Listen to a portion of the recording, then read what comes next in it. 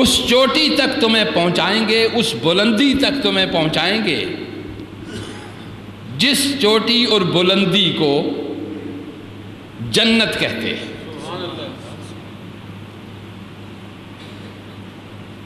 یعنی برائی ایک ایسی گہری پستی اور کھائی میں لے جاتی ہے، اسی کا نام جہنم ہے، جس پستی میں ہم پہنچ جاتے ہیں،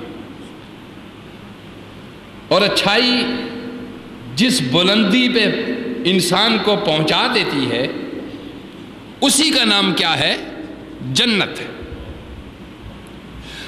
اب انسان اگر پستی میں جا رہا ہو تو اس کے آثار بھی نمایاں ہونے لگتے ہیں اسی حیات میں، اور اگر بلندی پہ چڑھ رہا ہو تو اس کے آثار بھی نمایاں ہونے لگتے ہیں۔ یہاں اس کے آثار ہوں گے، وہاں وہ حقیقت ہوگی۔ یہاں جس چیز کے آثار ہوں گے وہاں وہ چیز کیا بن جائے گی؟ حقیقت۔ آثار یہاں سے شروع ہوتے ہیں اور حقیقت وہاں بن جاتی ہے۔ آپ غور کریں کہ جہنم، اس میں کیا ہوگا کہ آپ کا سکون چھن جائے گا، اطمینان ختم ہو جائے گا، سخت ترین ٹینشن میں آپ رہیں گے، ایسی ٹینشن جس کا وہاں کوئی علاج نہیں ہوگا، کیونکہ اس کا علاج یہاں تھا، وہ آپ ساتھ نہیں لے گئے۔ ایسی ہولناک تکلیف جس کا علاج ادھر تھا مگر آپ اس کو ساتھ لے کر نہیں گئے۔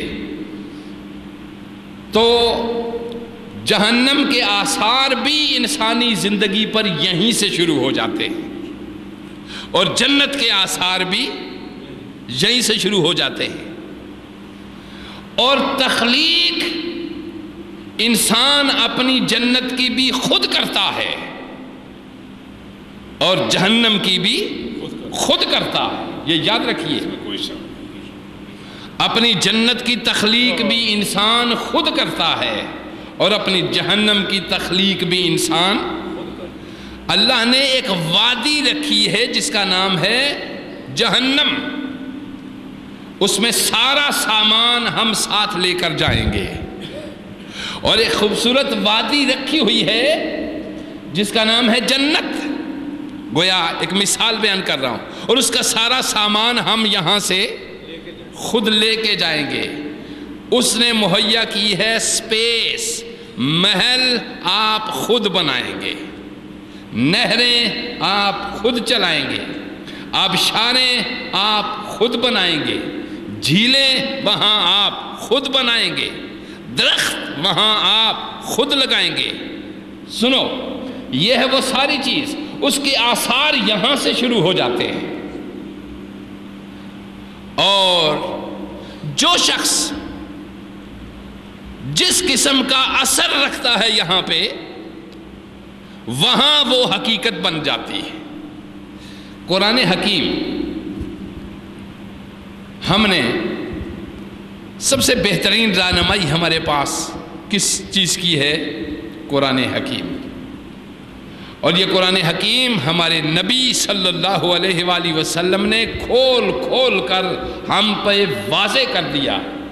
کوئی چیز، کسی شے کی تفسیر اور کسی آیت کی اندر کوئی اخفاء ہمارے نبی صلی اللہ علیہ وسلم نے نہیں رکھا۔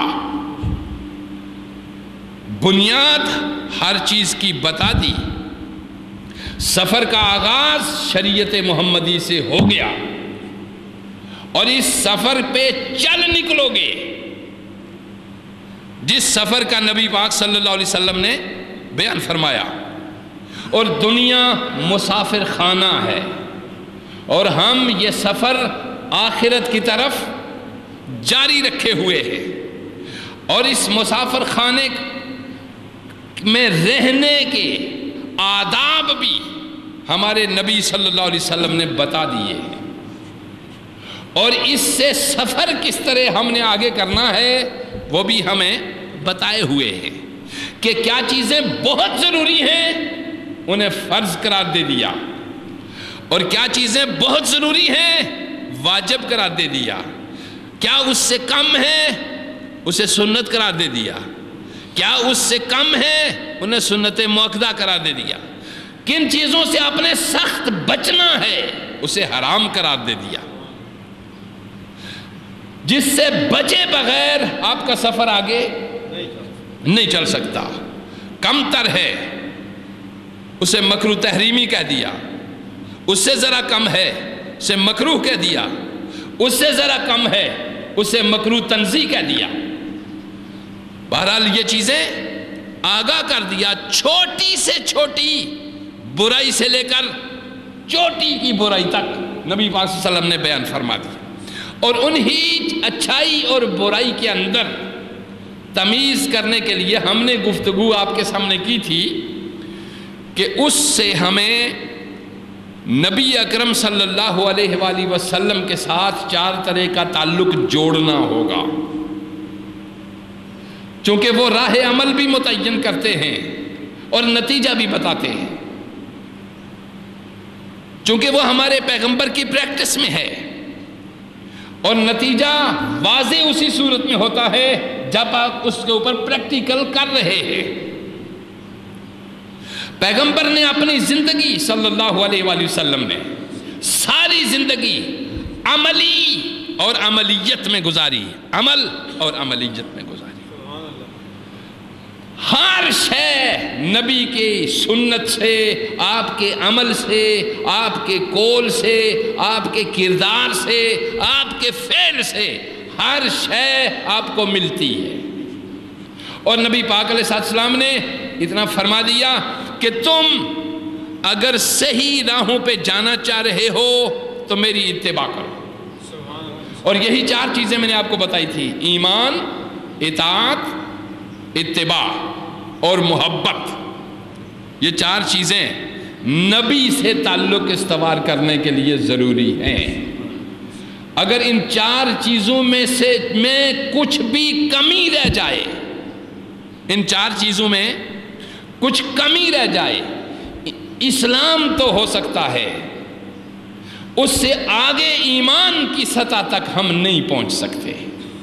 پھر اگر ہم ایمان بھی حاصل کر لیں تو ایمان میں کمال کا مرتبہ ہم حاصل نہیں کر سکتے، اور اگر ایمان میں کمال حاصل کر لیں تو پھر ہمیں قرب خداوندی حاصل نہیں ہو سکتا جب تک ایمان کی چوٹی محبت رسول کو ہم اپنے اندر نہیں لے آتے، چونکہ یہ آخری جو چیز ہے اس پہ دار و مدار ہے سارے سرکل کا۔ ایمان وہی مقبول ہوگا جو محمد مصطفیٰ صلی اللہ علیہ وآلہ وسلم کی اطاعت اور اتباع سے ثابت ہوگا۔ اسلام وہی قابل عمل ہوگا جن راہوں پہ، جن تسلیم کی راہوں پہ محمد مصطفیٰ صلی اللہ علیہ وآلہ وسلم تشریف لے گئے۔ تو دنیا کے تمام مذاہب اور ان کے جتنے بھی رہنما ہیں وہ اس بات پر متفق ہیں کہ انسان کی شرافت اور اس کی بزرگی جسمانیت کے مقابلے میں روحانیت، دنیا کے مقابلے میں آخرت، کل کائنات کے مقابلہ میں کائنات کے مالک کو اختیار کرنا ہے۔ ان 3 جملوں کو بھی آپ خوب ذہن نشین رکھیں کہ انسان کی شرافت اور بزرگی کس چیز میں ہے؟ جسمانیت کے مقابلے میں روحانیت کا فروغ، دنیا کے مقابلے میں آخرت کی طلب، اور ساری کائنات کے مقابلے میں کائنات کے مالک کو اختیار کرنا۔ یہ چیزیں بولنے میں بہت آسان ہیں مگر عمل میں بہت مشکل ہیں۔